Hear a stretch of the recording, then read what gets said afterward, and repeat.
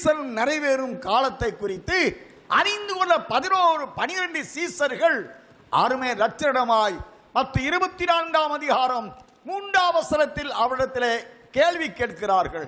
இது எப்பொழுது இந்த தீர்க்க தரிசனம் நிறைவேறும் ஆண்டவரே என்று கேட்கிறார்கள். The 12 disciples of Jesus asked the Lord, Lord, when will this last day prophecy will come to pass? We can read from 3rd verse of 24th chapter, Matthew. பின்பு அவர் ஒலிவமலையின் மேல் உட்கார்ந்திருக்கையில் சீஷர்கள் அவரிடத்தில் தனித்து வந்து, இவைகள் எப்பொழுது சம்பவிக்கும்?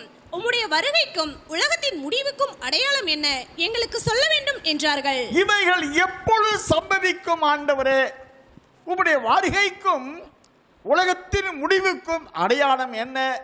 எங்களுக்கு சொல்ல வேண்டும் என்று 12 சீஷர்கள் கேட்கிறார்கள். The disciples of Jesus came to him privately and saying that, tell us, O Lord, when will these things take place, and what will be the sign of your coming and of the end of the age? அப்படி என்றால் அருமை இரட்சகருடைய வருகைக்கும் இந்த உலகத்தின் முடிவில் நடப்பிக்க உரைக்கப்பட்ட தீர்க்க தரிசனத்திற்கும் ஒரு நெருங்கிய ஐக்கிய உறவுகள் நெருக்கங்கள் உண்டு என்பதை நாம் அறிவிக்கப்படுகிறோம். We can understand from these two questions there is a great connection between the second coming of the Lord Jesus and the last days prophecies to be fulfilled. ஆரம்ப தீர்க்க தரிசனத்திற்கு முடிவான தீர்க்க தரிசனத்திற்கும்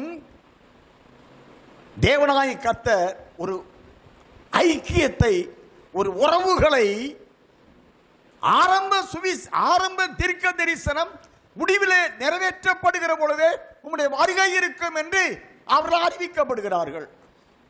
These disciples were informed about the first prophecy will only fulfill when the last prophecy gets fulfilled. There is a great connection between these both prophecies.